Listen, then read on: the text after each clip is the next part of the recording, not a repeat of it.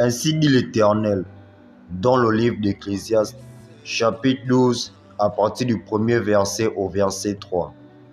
Jeune homme, réjouis-toi dans ta jeunesse, livre ton cœur à la joie pendant les jours de ta jeunesse, marche selon les regards de tes yeux, mais sache que pour tout cela, Dieu t'appellera en jugement. Bannis de ton cœur le chagrin et éloigne le mal de ton corps, car la jeunesse et l'aurore sont vanité. Mais souviens-toi de ton Créateur pendant les jours de ta jeunesse, avant que les jours mauvais n'arrivent et que les années s'approchent où tu diras « Je n'y prends point de plaisir ».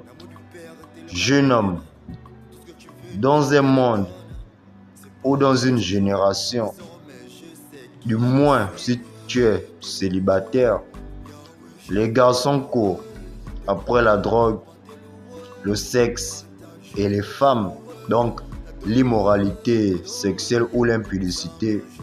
Soit celui qui, en cette génération, celui qui prend soin de ses finances, son corps, son esprit, de sa relation avec Dieu, donc Jésus-Christ. Ainsi, crois-moi, tu réussiras. Et si du moins tu es en couple, prends soin de ta famille, de ton épouse. Aime-la d'un amour vrai, comme le dit Proverbe 31, que la femme qui craint Dieu, c'est celle qui sera louée, c'est celle qui sera honorée et célébrée. Ainsi, crois-moi bien-aimé, ton couple sera dans la paix et en toute tranquillité. Car, comme lui-même le dit dans la fin de ce chapitre, écoutons la fin du discours, crains Dieu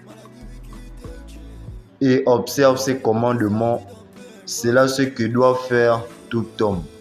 Car Dieu amènera toute œuvre en jugement au sujet de tout ce qui est caché, soit bien, soit mal. Ainsi dit l'Éternel. Et si tu es venu jusqu'ici, donc jusqu'à la fin de cette vidéo, que le Seigneur Jésus-Christ fait quelque chose de nouveau dans ta vie. Pas comme toi tu le veux, mais comme lui, il désire pour toi. Selon sa volonté, je t'aime, mais Christ t'aime plus que moi. Ciao.